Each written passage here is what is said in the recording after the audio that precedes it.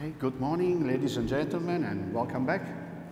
So I'm Paolo Antoniali, and it's an honor to be here, to be invited, and I'm also proud to present an ongoing project that we are, let's say, doing in partnership, Italiana Biotecnologie and Artis, with the Center of Excellence for Research in Microbiology. And so today I will share with you some data that we are producing in research about specific usage of yeast to offset some negative effect of the climate change. And so what we will talk about today, so first of all, some biocontrol solution to try to mitigate the effect of unwanted microorganisms. Then some microbial-based solution to reduce pH and increase total acidity in the grape juice. It's a problem related to the climate change. And microbial-based solution to reduce ethanol in the final wines. And from where we start from the questions, and the question is what consequences we are witnessing as a result of the climate change. So climate change, as you know, and before me someone else talked about it, it's causing big shift in wine typicity, and it's affecting wine making process, but because it's affecting wine microbiology and chemistry, but it's also affect the sensory aspect of the final wine. And among the main weaknesses, we can see an increase of some indigenous population of micro that are not unwanted during the fermentation process, especially some yeast, the apiculated yeast, and improve the concentration of sugar in the grapes. That means high and increasing ethanol content in the final wine, and also the reduction of the acidity and increase of the pH in the grape juice. So, for example, some impact on the climate change on the grape and the wine composition. So you see here is the grape berry, and with the head impact, you see there's increase of sugar, sucrose, and then of course glucose and fructose. That means high alcohol, and not only, we will see also possible problem during the fermentation, stack fermentation, because the yeast can suffer some high osmotic pressure or some problem with the alcohol, high alcohol content. And you see also a decrease in malic acid content, means increasing of the pH of the grape juice, with a lot of other problems. Or you can see that there can be a reduction of anthocyanin or increasing of tannins with effects on the final wine, color, aging, mouthfeel. Or in some precursor, for example in the thiols, high temperature and reduction of some precursors that are in the grape, and at the end you have effect on the final composition of the thiols of the thiolic variety, Sauvignon Blanc, for example.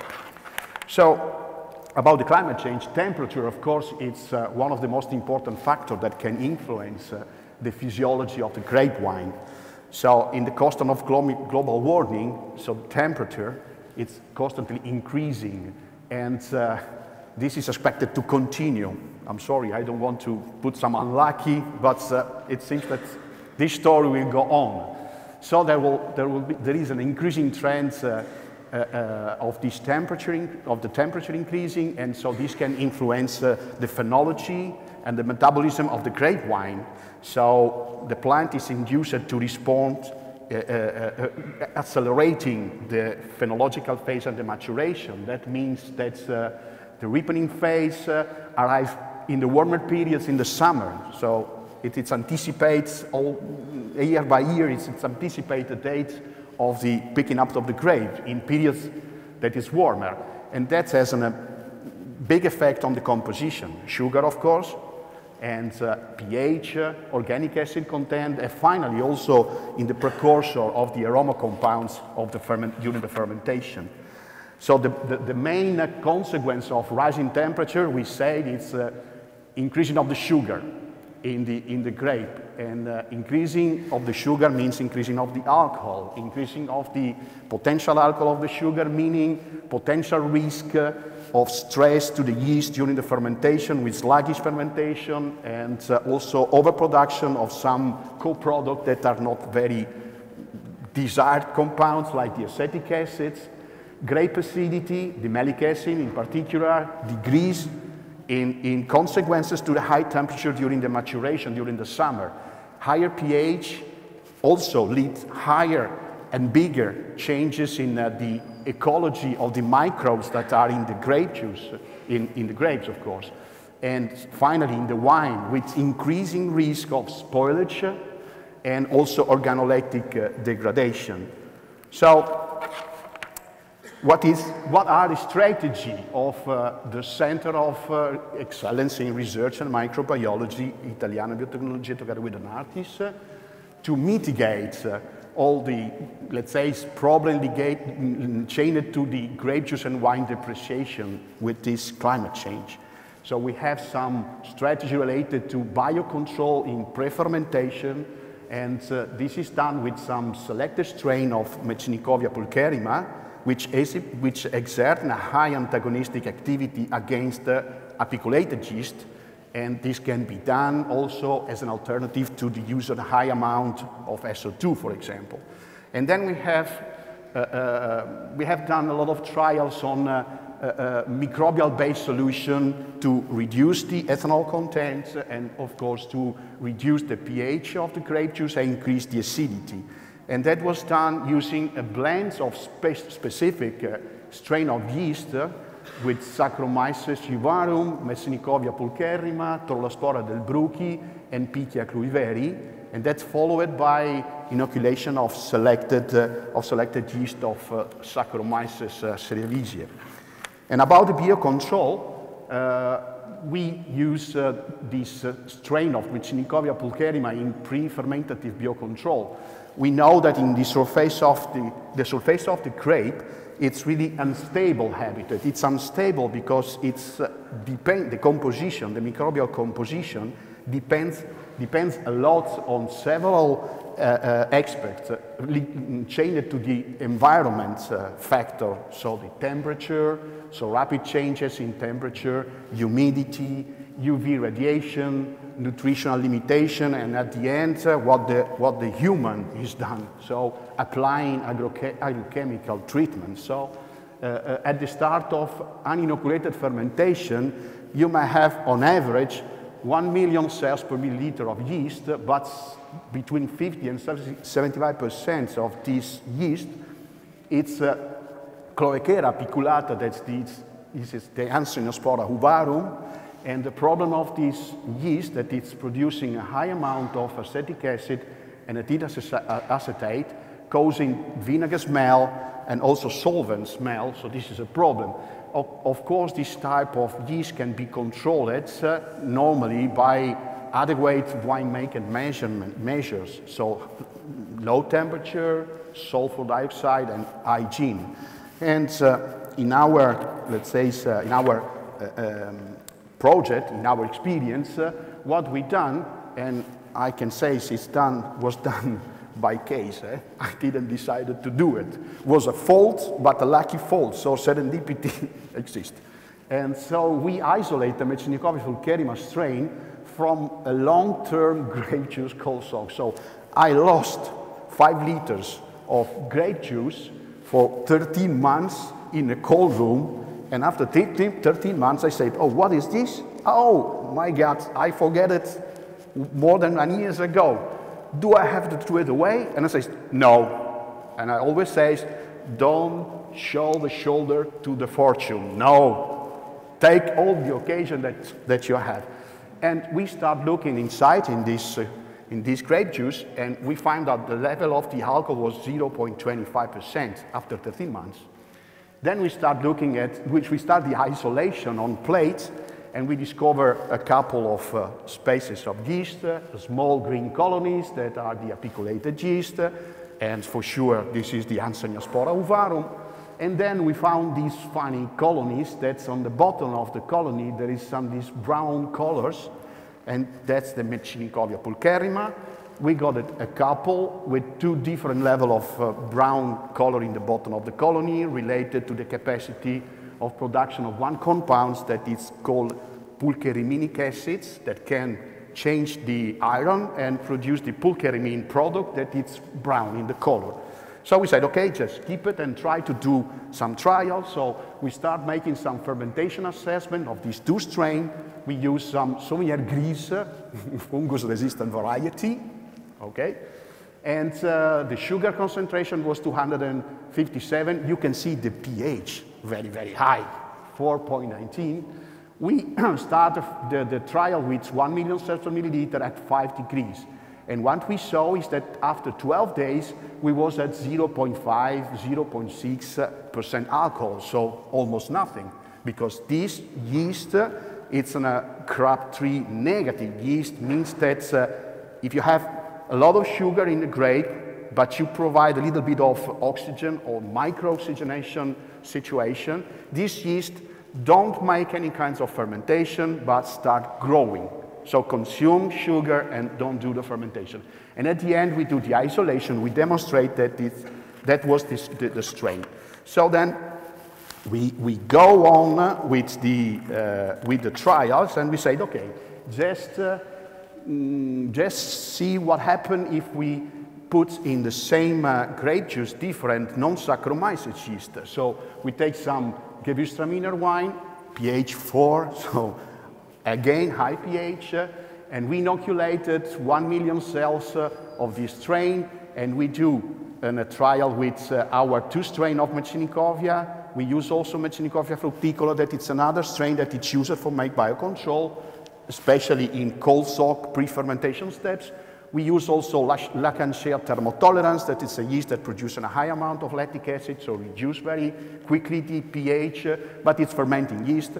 And at the end, we also try to make a mix with Pterospora del Bruchi and Meccinicovia pulcherrima. As you see, the fermentation goes on, especially for the Pterospora del Bruchi, because it's a fermenting yeast, also the Lacanchea. But as you see, our 2 strains of Meccinicovia perform as the fructicola Meccinicovia. And you see here, there's a lot of days, 16 days of cold soak at 5 degrees.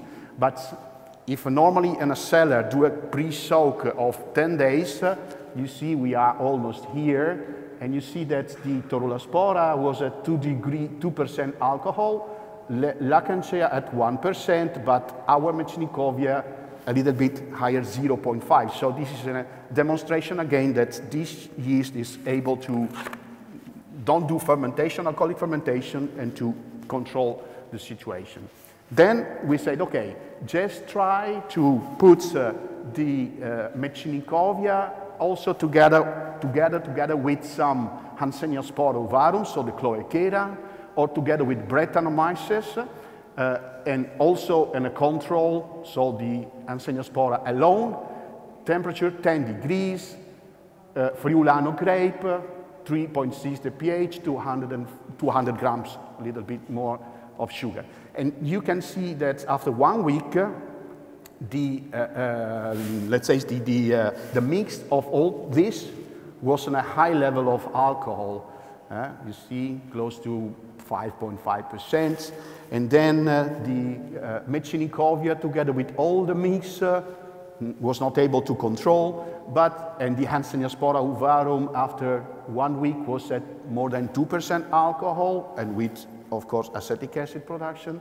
And when we make the mix of Meccinicovia with Hanseníaspora, we were able to keep in the same periods at 1% alcohol. So the Meccinicovia reduced 50% the activity of the Hanseníaspora ovarum. That was our goal. And you see also with the bread was controlled. Then we said, okay, now what can we do with this strain? How can we think about its application? In practical, what we do? So we said, okay, just start looking at some cold soak driven strategy. And so the approach was to use non-Saccharomyces species as an applied microbiology. As a goal, we want to reduce the pH of the grape juice during the pre-soak, pre-fermentation. And we want to increase the total acidity, and we want to reduce the ethanol content. So here are the yeast. You see Mechanikovia pulcherrima and Pichia cluiveri that are at the moment experimental yeast strain of the SERM. This is brownish colors in the media with iron chloride. This is the Pichia, easy to recognize. This is the Torula spora, and this is the Uvarum.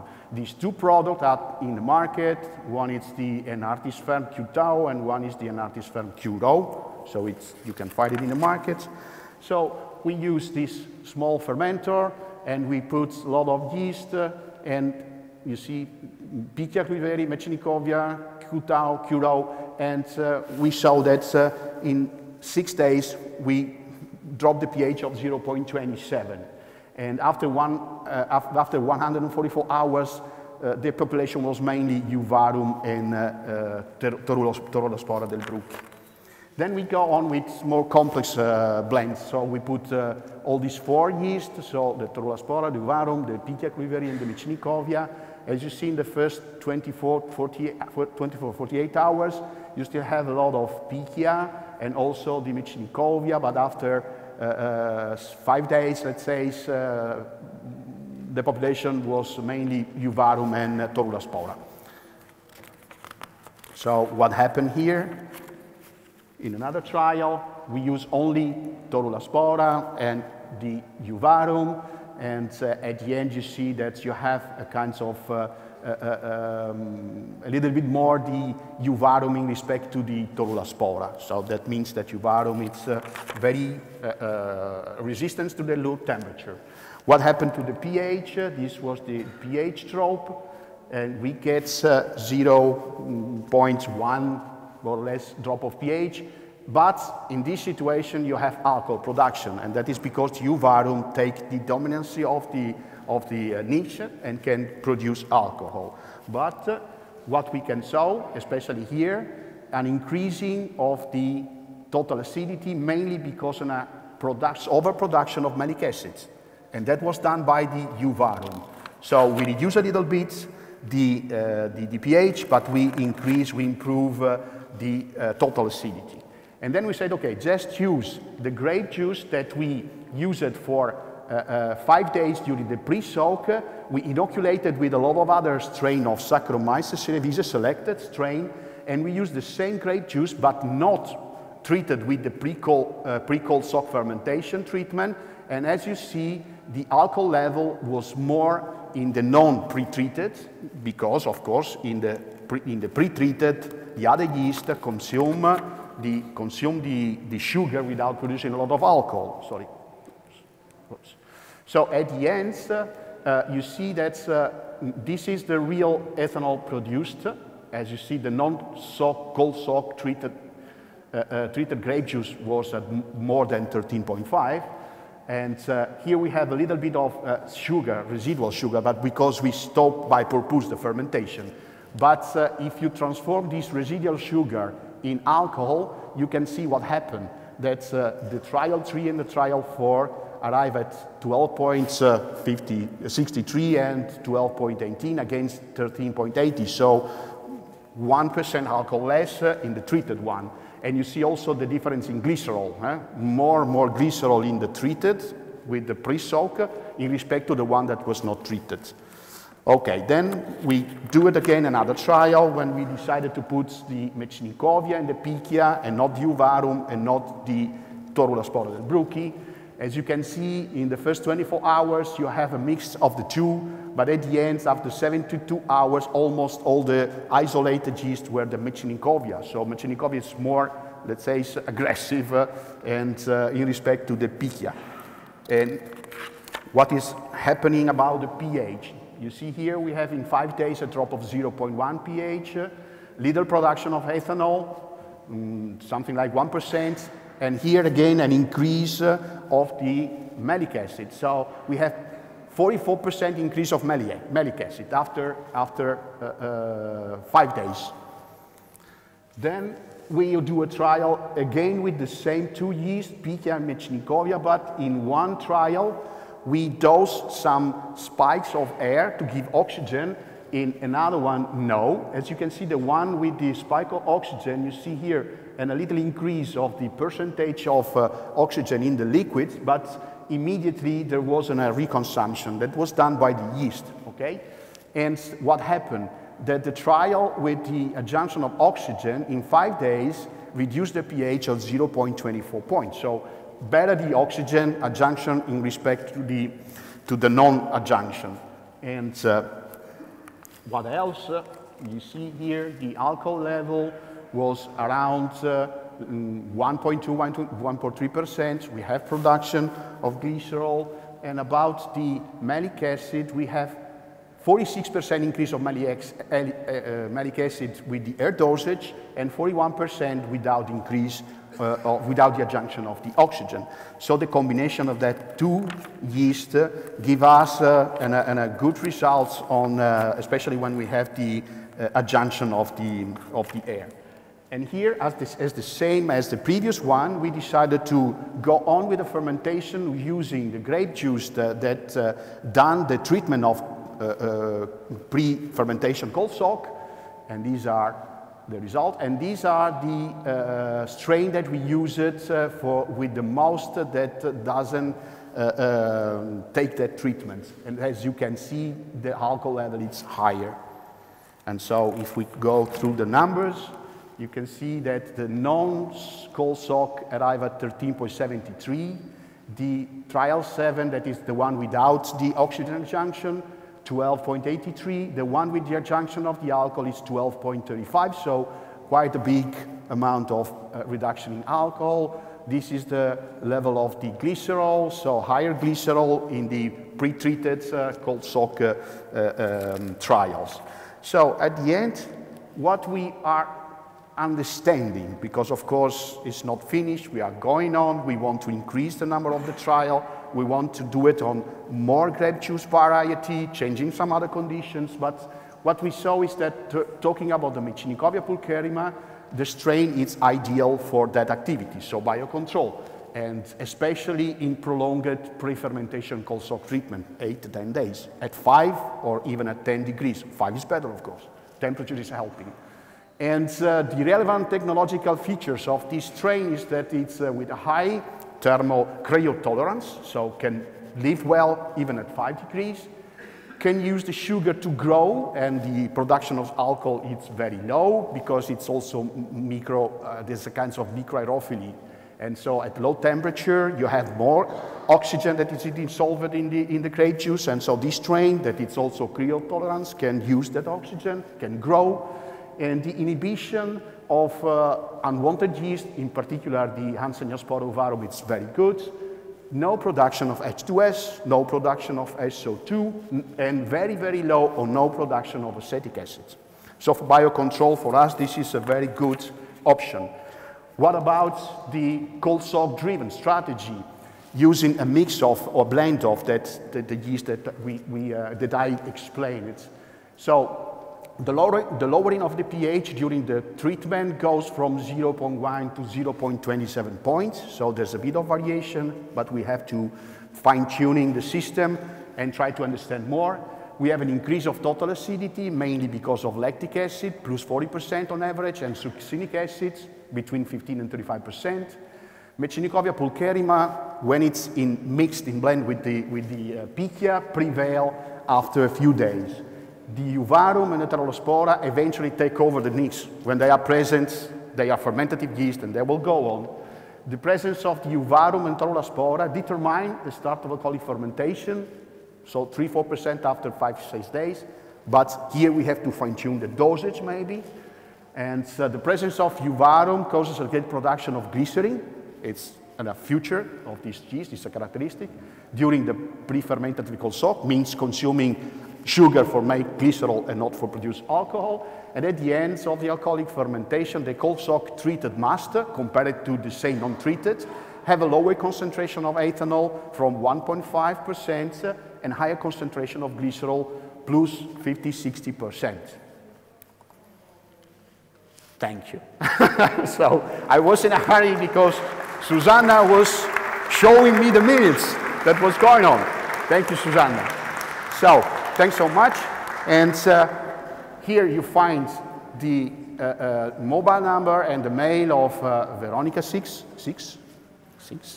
of an artist. So whatever you need, you can call directly Veronica, and of course Veronica is in contact with me, and whatever is needed, we are here for you. Good. Have a nice day. And